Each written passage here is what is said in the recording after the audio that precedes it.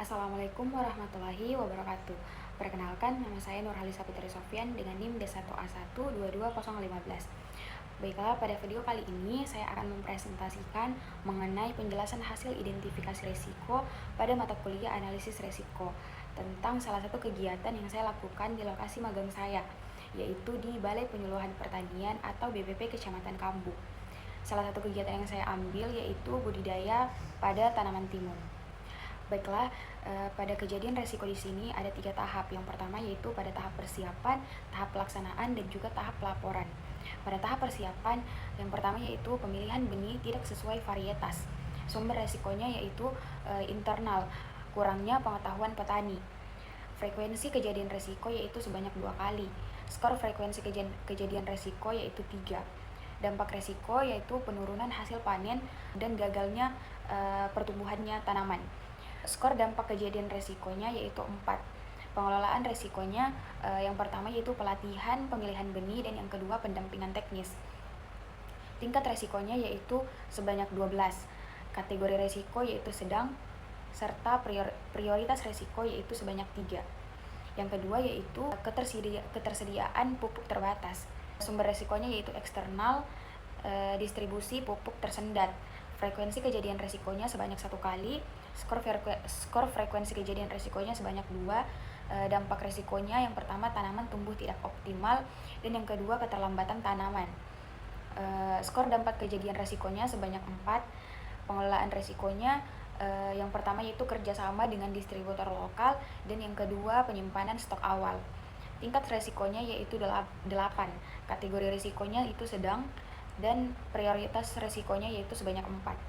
Yang ketiga yaitu perencanaan biaya tidak akurat, yaitu sumber resikonya internal, yaitu kurangnya perhitungan biaya.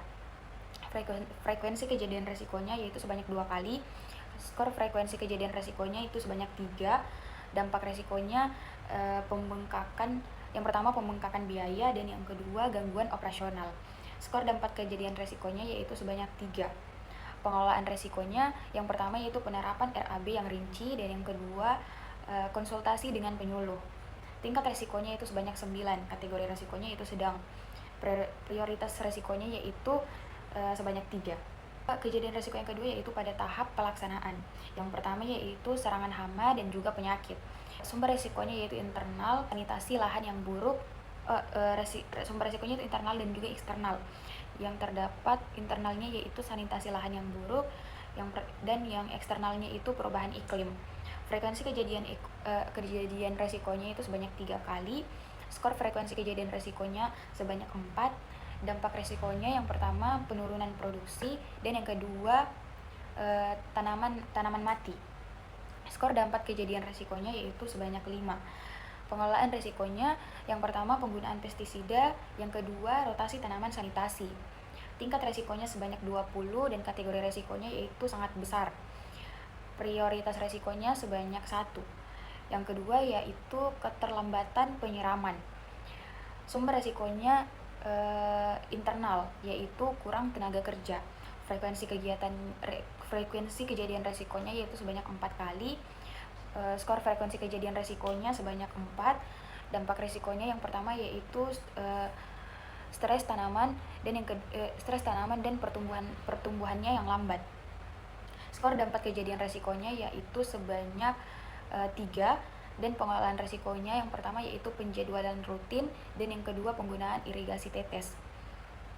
Tingkat resikonya ya sebanyak 12, dan kategori resikonya itu sedang. Prioritas resikonya yaitu sebanyak 3. Yang ketiga yaitu kerusakan alat pertanian. Sumber resikonya internal, yaitu alat tidak terawat. Frekuensi kejadian resikonya sebanyak 2 kali, dan skor frekuensi kejadian resikonya itu sebanyak 3. Dampak resikonya yaitu terhambatnya aktivitas harian. Skor dampak kejadian resikonya sebanyak 3.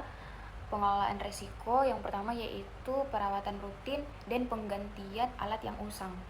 Tingkat resikonya yaitu sebanyak 9, dan kategori resikonya yaitu sedang, serta prioritas resikonya sebanyak 3.